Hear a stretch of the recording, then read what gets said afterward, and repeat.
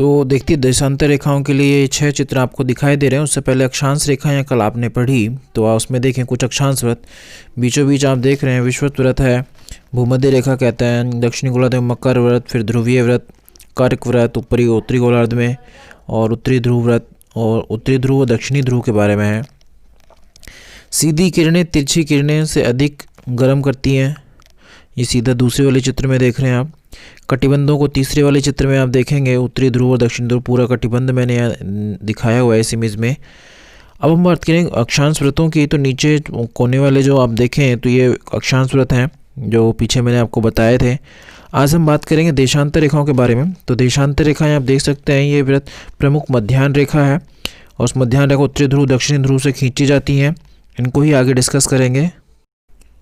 आगे देखें तो उत्तरी ध्रुव दक्षिणी ध्रुव के मध्य में बीच में एक रेखा खींची गई जिसे ग्रीनविच या रेखा कहा जाता है। फिर इसके दोनों तरफ 180 और 180 देशांतर पर रेखाएं खींची जाती हैं। लास्ट जो चित्र है अक्षांश व देशांतर रेखाओं का जाल, जो इसे ग्रिड कहते हैं, आपको ये दिखाई दे रहा है।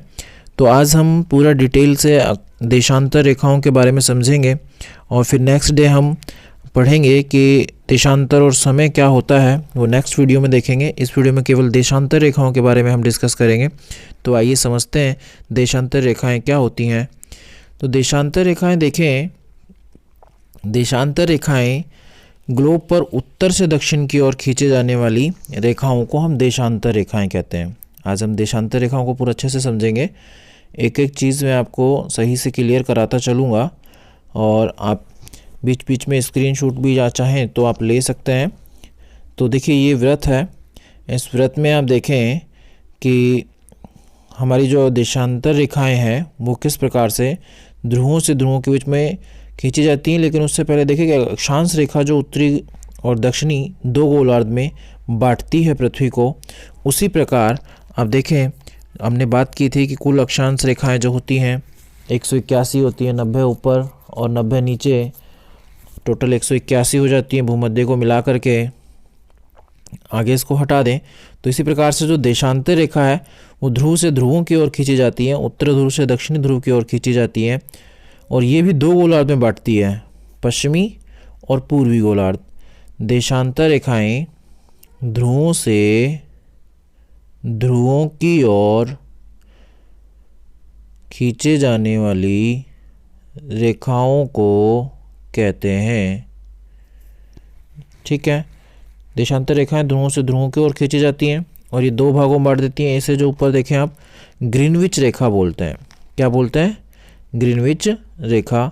ऊपर दक्षिणी ध्रुव नीचे हो गया, उत्तरी ध्रुव ऊपर हो गया। ठीक है, थोड़ा सा आपको ये चमकता हुआ दिख रहा है, इसके लिए आप आप लोगों को हम देखेंगे कि और आगे दिखाएंगे पूरा अच्छे से। तो आइए देखते हैं कि क्या होता है ये, कि दो गोलार्धों में बांटता है ये भी, और जो रेखाएं खिंचती हैं इसमें जैसे तरबूज में खिंचती हैं वक्राकार रेखाएं, देशांतर रेखाएं जो होती हैं वक्राकार होती हैं। ठीक है, ये रेखाएं उत्तर से दक्षिणी ध्रुव को एक बिंदु पर मिलती हैं, उत्तर में भी और दक्षिण में दोनों बिंदुओं पर आकर के मिलती हैं। देशांतर रेखाओं को मध्याह्न रेखा भी कहते हैं, या 0 डिग्री या ग्रीनविच रेखा जो है मध्य में आप बीच में देख सकते हैं वो खींची जाती है। ठीक है, पृथ्वी के धरातल पर किन्हीं दो स्थानों के बीच पूर्व या दिशा व पश्चिम दिशा के अक्षात्मक दूरी को देशांतर कहते हैं। ठीक है, ये जो रेखा मध्य देशांतर आप देख रहे हैं 0 डिग्री देशांतर रेखा की बात कर रहे हैं, ये देखिए 0 डिग्री देशांतर रेखा, इसे मध्याह्न रेखा कहता है। यमयोत्तर 0 डिग्री यमयोत्तर रेखा भी कहा जाता है, ग्रीनविच रेखा भी इसे कहा जाता है। ठीक है, आगे देखें तो एक व्रत में 360 डिग्री होते हैं। कितने डिग्री होते हैं? पूरे एक व्रत में 360 डिग्री होते हैं, और देशांतर भी 360 अंश यानी कि 360 डिग्री होते हैं। ठीक है, आगे हम इसमें देखें प्रमुख मध्याह्न रेखा जो है आपकी वो 0 डिग्री है। ठीक है, जैसे अक्षांश रेखाएं दो गोलार्ध में बांटती है, वैसे ही जो मध्याह्न रेखा है ये भी दो गोलार्ध में, एक तरफ पूर्वी गोलार्ध और दूसरी ओर देखें तो ये पश्चिमी गोलार्ध में विभक्त कर देती हैं, दो भागों में बांट देती हैं। और देशांतर रेखाओं का प्रयोग जो है पूर्व से पश्चिम दो भागों में बांटा जाता है और प्रयोग जो है समय कटिबंधों के निर्धारण के लिए किया जाता है। देशांतर रेखाओं का प्रयोग समय कटिबंध निर्धारण। तो 0 डिग्री देशांतर रेखा जो है 0 डिग्री देशांतर प्रधान मध्याह्न रेखा कहा जाता है या इसे ग्रीनविच रेखा भी कहते हैं। समझ में आ गया होगा आपको। बड़ा ही इजी सा टॉपिक है, आप लोगों को समझने में इतनी ज़्यादा कठिनाई नहीं होगी और क्वेश्चन इसमें से पूछे ही जाएंगे अब की बार, और पूछे ही जाते हैं, हर कॉम्पिटिटिव एग्जाम में पूछे जाते हैं। तो आगे देखिए, देशांतर रेखाओं जो होती हैं, देशांतर रेखाएं जो होती हैं उस समय निर्धारण के कार्य में प्रयोग ली जाती हैं या इससे समय निर्धारण किया जाता है। आप सभी जानते हैं पृथ्वी अपने अक्ष पर 24 घंटे में घूर्णन कर लेती है। घूर्णन और परिक्रमण जो है उसे हम अगले टॉपिक में समझेंगे कि घूर्णन क्या है, परिक्रमण क्या है। वो आपके रीट लेवल 2 का अगला टॉपिक है, अक्षांश और देशांतर के बाद में। तो आगे देखें, पृथ्वी अपने जो घूर्णन है, अपना घूर्णन जो है वो 24 घंटे में करती है। कितने घंटे में? 24 आवर में करती है। पूरा एक चक्कर जो लगाती है वो 24 आवर में, और 360 डिग्री का कोण बना लेती है ये। कितने का? 360 पूरा एक चक्कर लगाती हैं जब ये पृथ्वी जो है अपने अक्ष पर लगाती हैं, ठीक है। उसे घूर्णन हम कहते हैं, आवर कह लें या हम घंटे कह लें, ठीक है। तो 360 डिग्री का कोण बनाती हैं ये। कितने का बनाती हैं? 360 डिग्री का कोण ये बनाती हैं। आगे हम देखें कितना घूमती हैं? 360 डिग्री घूमती हैं। भूमध्य रेखा विषुवत वृत्त पर अधिकतम बीच की दूरी जो हम बात करेंगे उसे आगे हम बात करेंगे। अभी हम आगे देखें तो पृथ्वी जो है, इस पृथ्वी में बीचों बीच जो आपकी अक्षांश रेखा है उस पर भूमध्य रेखा जो हम कहें, मध्य अक्षांश रेखा जो हम कहें, वहाँ देशांतरों के बीच की दूरी, देशांतर रेखाओं के बीच की दूरी भूमध्य रेखा पर 111 किलोमीटर होती है। 111.3 किलोमीटर। कितनी होती है? 111.3 किलोमीटर होती है। ये ध्रुवों की ओर जाने पर इनमें अंतराल जो है वो धीरे धीरे कम होता चला जाता है, ठीक है। ध्रुवों पर जाएंगे तो ये लास्ट 0 डिग्री हो जाती है। यहाँ 111 किलोमीटर रहती है। जैसे ही हम 1 डिग्री ऊपर बढ़ेंगे, 2 डिग्री ऊपर बढ़ेंगे, जैसे जैसे हम ध्रुवों की ओर बढ़ते जाएंगे वैसे वैसे ही इनके बीच का जो अंतराल है वो कम होता चला जाता है, ठीक है। देखिए किस प्रकार से आगे हम इसमें देखते हैं कि इनके बीच की दूरी किस प्रकार से कम होती चली जाती है। तो इन्हें 30 डिग्री, 60 डिग्री और 80 डिग्री उत्तरी अक्षांशों पर हम देखेंगे 111.3 किलोमीटर होती है इनके बीच की दूरी, भूमध्य रेखा पर दूरी जो होती है। अब इसको और आगे अच्छे से समझने के लिए आपको ध्रुवों पर जो जाते हैं तो इनके बीच की दूरी कितनी हो जाती है? बिल्कुल 0 हो जाती है। कितनी हो जाती है? 0 हो जाती है। तो आपको ये हमेशा याद रखना है कि अक्षांश रेखाओं के बीच की दूरी जो है वो हमेशा बराबर रहेगी, लेकिन देशांतर रेखाओं के बीच की दूरी है जो घटती जाती है। देखो 30 डिग्री अक्षांश पर जो इनके बीच की दूरी है वो हो जाती है 96.5 किलोमीटर। 60 डिग्री अक्षांशों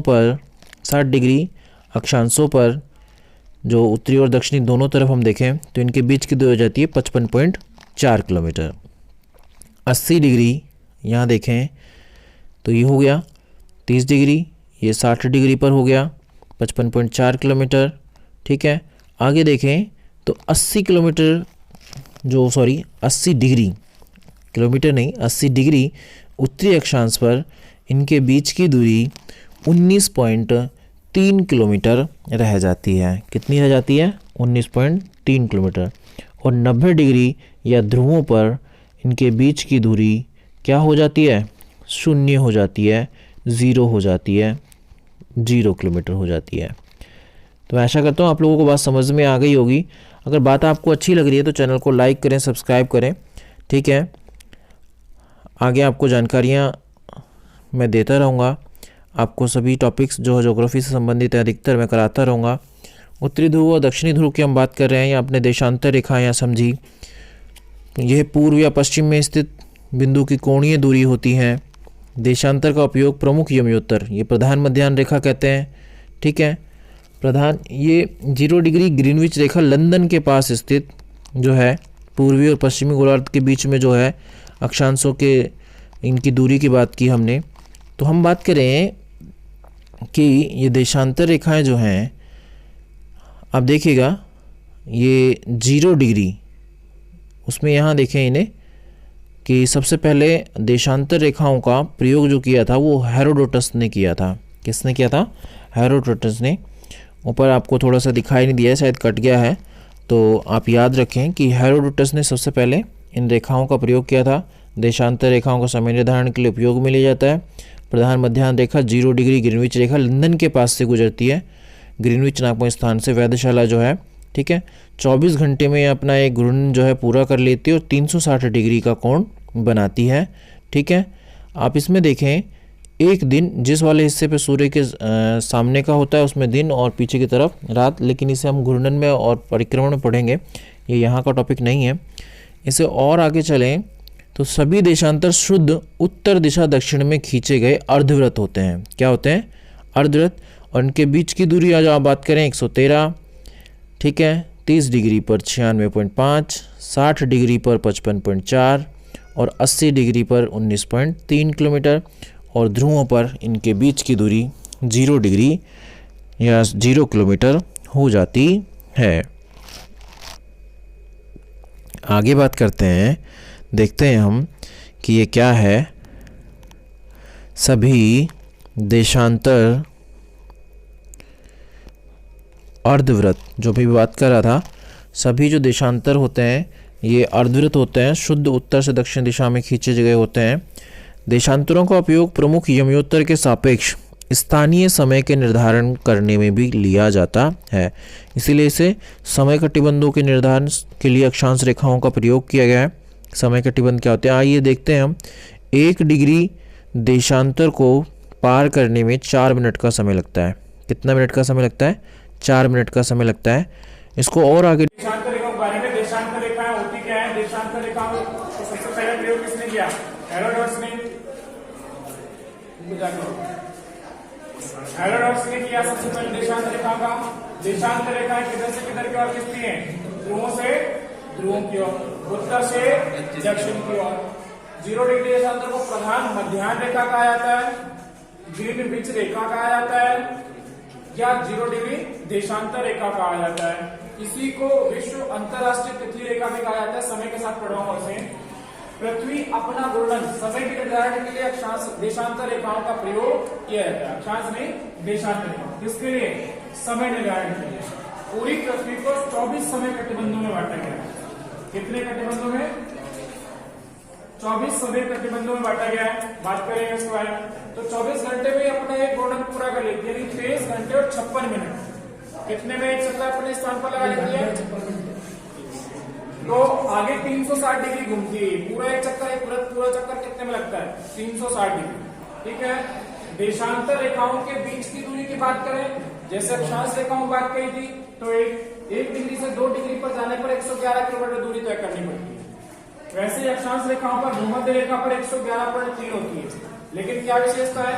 जैसे जैसे आप ध्रुव की ओर जाएंगे वैसे वैसे इनके बीच की दूरी यहां से ये कम होती चली जाती है। यहाँ आकर के बीच ये सभी देशांतर रेखाएं दोनों ध्रुवों पर आकर के 0 हो जाती है, ठीक है।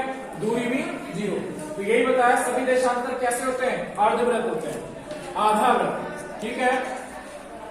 30 डिग्री देशांतर पर 96.5 किलोमीटर, 60 डिग्री देशांतर पर 55.4, 80 पर 19.3 और ध्रुवों पर 0 डिग्री, इनके बीच की दूरी हो जाती है।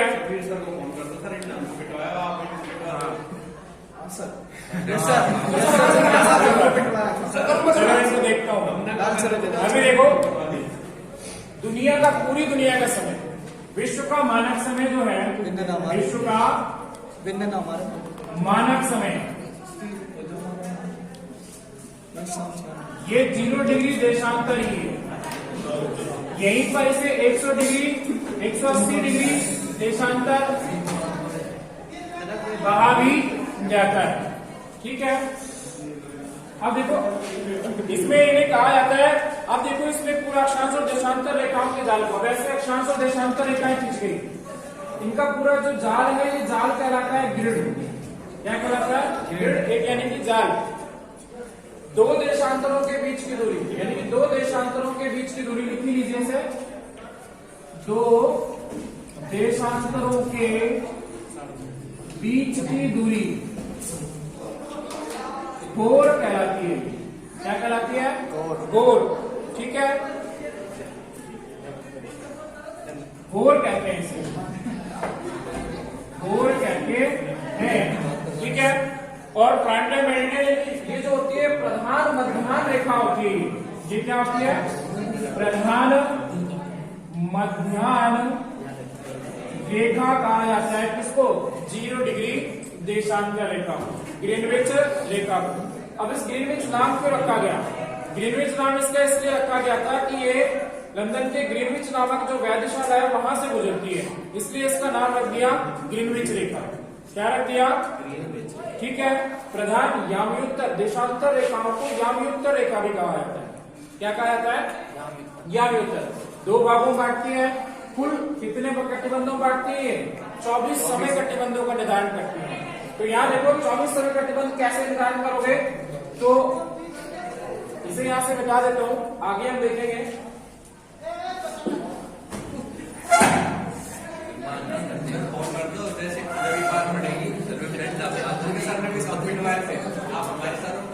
चौबीस कटिबंधों की बात करें तो इन कटिबंधों में कुल डिग्री कितनी होती है? तो बनता है 360 डिग्री का।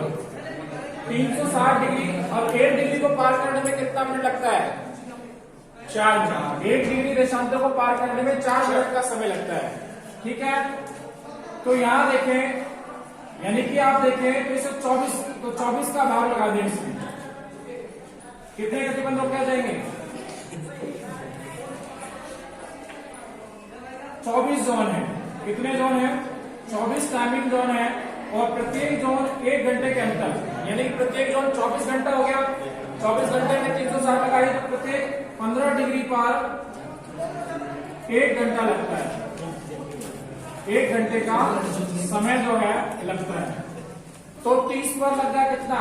2 घंटे। ऐसे 360 पर कितना लग गया? 24 आवर। समझ में आया? अब 1 डिग्री को पार करने में 4 मिनट लगते हैं, इसको समझो। 1 डिग्री को पार करने में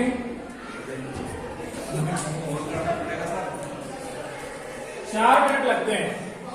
अब देखो 15 डिग्री पार करनी है, 15 इंटू 4, 15 चौका 60। 60 क्या हो गए? मिनट हो गए। ये मानने की पूरी।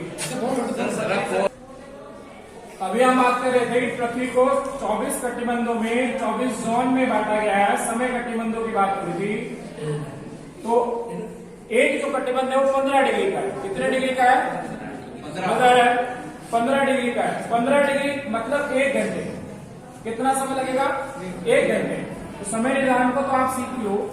1 घंटे लग रहा है 15 डिग्री को पार करने। जैसे ये है, ये रेखा है, यहाँ 0 डिग्री है। अब यहाँ से 1 डिग्री, यहाँ से 0 से 1 तक पहुंचे तो कितना मिनट का समय लगा? 4 मिनट। तो 15 डिग्री पार करना है, 15 चौका 60, यानी कि 60 मिनट हो गए, यानी कि 1 आवर हो गया। क्या हो गया? 1 घंटा हो गया। ठीक है,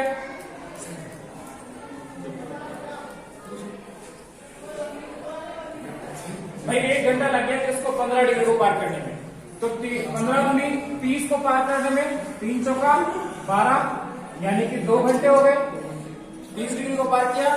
अब देखो इसमें जो देशांतर रेखाएं हैं, एक लाइन छूट गई। कुल देशांतर कितने होते हैं? कुल देशांतर की संख्या कितनी होती है? 360 होती है। 360 कैसे? ये मध्याह्न रेखा ग्रीनविच रेखा, इसके इधर जो है 180 और इसके इधर भी 180। अब इसमें कैसे 180 ऐसे नहीं, यहाँ ये 0 है, यहाँ ये 0 है, इसके इधर चलेंगे जब 180 और इसके इधर भी लास्ट चलेंगे तो 180।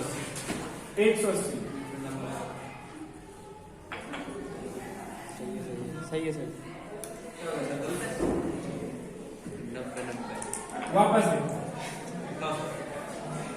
ये मध्याह्न रेखा, यहाँ 180 है, इधर 0 से लेकर इधर 180 और इधर 0 से लेकर के 180, तो 180 प्लस 180 दोनों हो जाते हैं मिलाकर के 360। ठीक है, इधर की ओर बढ़ेंगे, इधर से इधर की ओर, मध्य में आपका 0 डिग्री है, 0 से इधर बढ़ेंगे और 0 से इधर बढ़ेंगे। पूरा जब कर देंगे गोला जब मिलेगा तो 180 पार करके मिल जाता है। ठीक है, ये हो गया आपके अक्षांश और ये हो गया समय। अब समय के निर्धारण के लिए समय क्या होता है, देशांतर रेखाएं होगी, हेरोडोट्स ने की समय कटिबंधों में बांटती हैं। आगे देखते हैं